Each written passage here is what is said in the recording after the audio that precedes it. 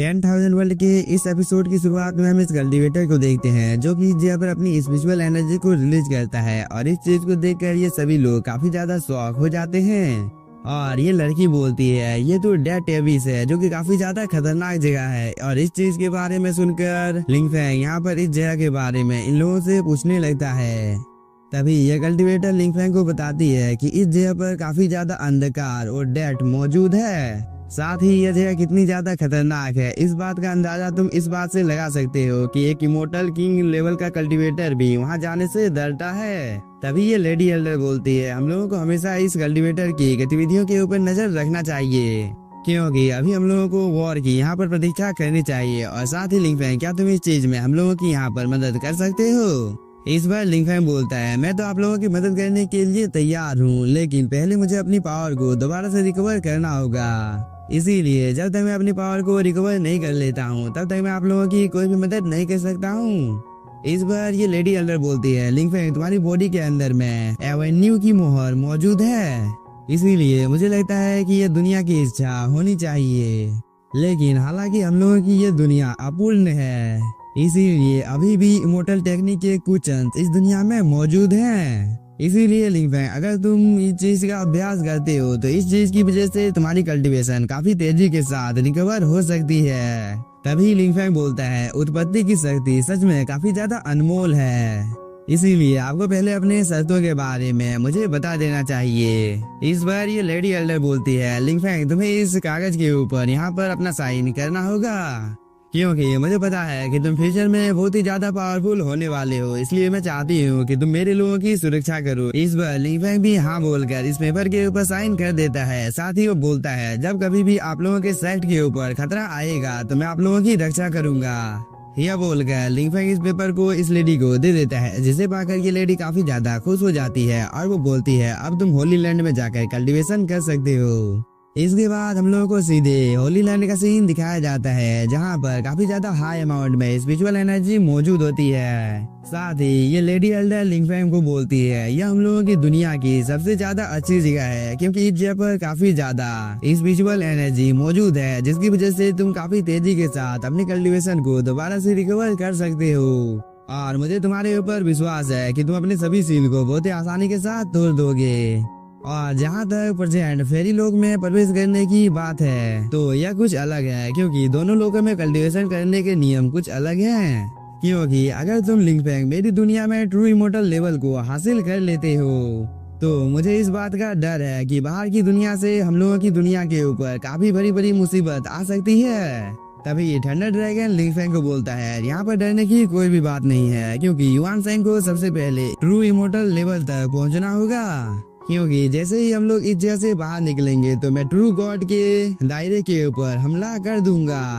इन सब बातों को सुनने के बाद कुछ देर तक इस जगह पर लिंगफैंग अपने मन में कुछ सोचने लगता है। साथ ही वह थंडर ड्रैगन से यहाँ पर बात भी कर रहा था और वो इस लेडी को यहाँ पर थैंक यू भी बोलता है। इस बार ये लेडी अपने पास से स्पिरिचुअल लिक्विड की कुछ बोतल को बाहर निकाल लेती है और वो इन सभी चीजों को यहाँ पर लिंगफैंग को दे देती है। और वो बोलती है प्रेजेंट टाइम में मैं तुम्हें बस इस जगह पर इतना ही ज्यादा ट्रेजर दे सकती हूँ। इस बार लिंगफैंग इन सभी चीजों को अपने पास रख लेता है और वो इस चीज के लिए यहाँ पर इस लेडी को धन्यवाद बोलता है। इस पर ये लेडी यहाँ पर इस पिलर के सामने से प्रोटेक्टिव बैरियर को हटा देती है और इस पिलर के बारे में वो यहाँ पर लिंगफैंग को सब कुछ बता देती है। और इस बात को सुनकर लिंगफैंग इस पिलर के काफी ज्यादा नजदीक आ जाता है और लिंगफैंग की बॉडी के अंदर से थंडर ड्रैगन भी बाहर निकल कर आ जाता है जो कि काफी तेजी के साथ इस जगह पर स्पिरिचुअल एनर्जी को एब्जॉर्ब करना शुरू कर देता है जिसे देखकर ये लेडी काफी ज्यादा शॉक हो जाती है। और वो बोलती है थंडर ड्रैगन इस जगह पर इतनी तेजी के साथ स्पिरिचुअल एनर्जी को एब्जॉर्ब कर रहा है जिसे देखकर मुझे इस जगह पर काफी ज्यादा डर लग रहा है क्योंकि ये मंजर मेरे लिए काफी ज्यादा डरावना है। और साथ ही थंडर ड्रैगन एक प्राकृतिक प्राणी है। इधर हम लिंगफैंग को देखते हैं जो कि अपने पास से जेड बटरफ्लाई को बाहर निकाल लेता है जो कि काफी तेजी के साथ इस पिलर की ओर जाकर यहाँ पर चमकने लगता है। और इन सब चीजों को दूर से ये लेडी भी देख रही थी और इसे जेड बटरफ्लाई के बारे में पता होता है इसलिए वो यहाँ पर काफी ज्यादा शौक हो जाती है क्योंकि जेड बटरफ्लाई एक काफी ज्यादा रेयर ट्रेजर होता है। इसीलिए वो अपने मन में सोचती है कि लिंगफेंग के तो बहुत सारे सीक्रेट्स हैं। इधर हम लिंगफेंग को देखते हैं जो कि जब पर बैठकर अब कल्टीवेशन करना शुरू कर देता है और इस चीज की वजह से लिंगफेंग की बॉडी के अंदर से काफी ज्यादा हाई अमाउंट में स्पिरिचुअल एनर्जी बाहर निकलने लगती है, जिसकी वजह से हम लोगों को लिंगफेंग के सोल्सी का सीन दिखाया जाता है जहाँ पर बहुत सारे कमल खिल जाते हैं। साथ ही लिंगफेंग भी अपने सोल्सी में आ जाता है और वो बोलता है जेड एम्परर ने सच में काफी चीजों को हासिल कर लिया है। यह बोलकर लिंगफेंग यहाँ पर अपनी आंखों को खोल देता है, जिसकी वजह से इसकी बॉडी के अंदर से और भी ज्यादा हाई अमाउंट में स्पिरिचुअल एनर्जी बाहर निकलने लगती है। और इस चीज को देखकर ये लेडी बोलती है यह लड़का कोई नॉर्मल कल्टीवेटर नहीं है और स्वाभाविक से ही मेरी किस्मत काफी ज्यादा अच्छी है क्योंकि इस जगह पर काफी ज्यादा हाई अमाउंट में स्पिरिचुअल एनर्जी मौजूद है, नहीं तो यहाँ पर कुछ भी हो सकता था। यह बोलकर ये लेडी इस जगह से चली जाती है। इधर हम लिंगफेंग को देखते हैं जो कि यहाँ पर इतनी ज्यादा हाई अमाउंट में स्पिरिचुअल एनर्जी को देखकर काफी ज्यादा खुश हो जाता है। इसीलिए लिंगफेंग इस जगह की यहाँ पर काफी ज्यादा तारीफ करने लगता है। तभी थंडर ड्रैगन बोलता है इस जगह को फेरी रेलम के शक्तिशाली लोगों द्वारा स्पिरिट रेलम की छोटी दुनिया से लूट लिया गया था। साथ ही इस जगह पर उत्पत्ति की शक्ति काफी ज्यादा हाई अमाउंट में मौजूद है। इस पर लिंगफेंग बोलता है आप इस जगह पर बिल्कुल सही बोल रहे हैं क्योंकि मैं भी यहाँ पर इस चीज को महसूस कर सकता हूँ। इस बार थंडर ड्रैगन यहाँ पर लिंगफेंग को कल्टीवेशन में मदद करने लगता है, जिसकी वजह से लिंगफेंग की बॉडी के अंदर से और भी ज्यादा हाई अमाउंट में स्पिरिचुअल एनर्जी बाहर निकलने लगती है क्योंकि लिंगफेंग इस जगह पर काफी तेजी के साथ स्पिरिचुअल एनर्जी को एब्जॉर्ब करना शुरू कर देता है, जिसकी वजह से लिंगफेंग की बॉडी के आसपास में काफी ज्यादा हाई अमाउंट में स्पिरिचुअल एनर्जी आ जाती है और लिंगफेंग यहाँ पर अपनी आंखों को खोलकर बोलता है फाइनली मैं आभासी गॉड रेलम तक पहुंच चुका हूँ। मगर ये सीन यहीं पे कट होता है। हम लोगों को डेथ एबिस का सीन दिखाया जाता है जहाँ पर ये कल्टीवेटर हंसने लगता है। इसके बाद वो बोलता है मैंने इस जगह पर अपने काम को पूरा कर लिया है, इसलिए अब मेरे दूसरे काम को करने का टाइम इस जगह पर आ गया है। यह बोलकर ये कल्टीवेटर इस जगह से गायब हो जाता है और ये सीन यहाँ पर कट होता है। हम लोगों को बुल ट्राइब के दो कल्टीवेटर को दिखाया जाता है जो कि एक फॉर्मेशन के पास चलते चलते आ जाते हैं, जिसकी वजह से इन लोगों को यहाँ पर काफी ज्यादा प्रॉब्लम होने लगती है और ये दोनों कल्टीवेटर इस फॉर्मेशन की ओर देखने लगते हैं जहाँ पर कई सारे पोर्टल ओपन हो जाते हैं और ये कल्टीवेटर बाहर निकालकर कई सारे अटैक यहाँ पर इस प्रोटेक्टिव बैरियर के ऊपर कर देता है, जिसकी वजह से ये प्रोटेक्टिव बैरियर एक ही झटके में इस जगह पर डिस्ट्रॉय हो जाता है।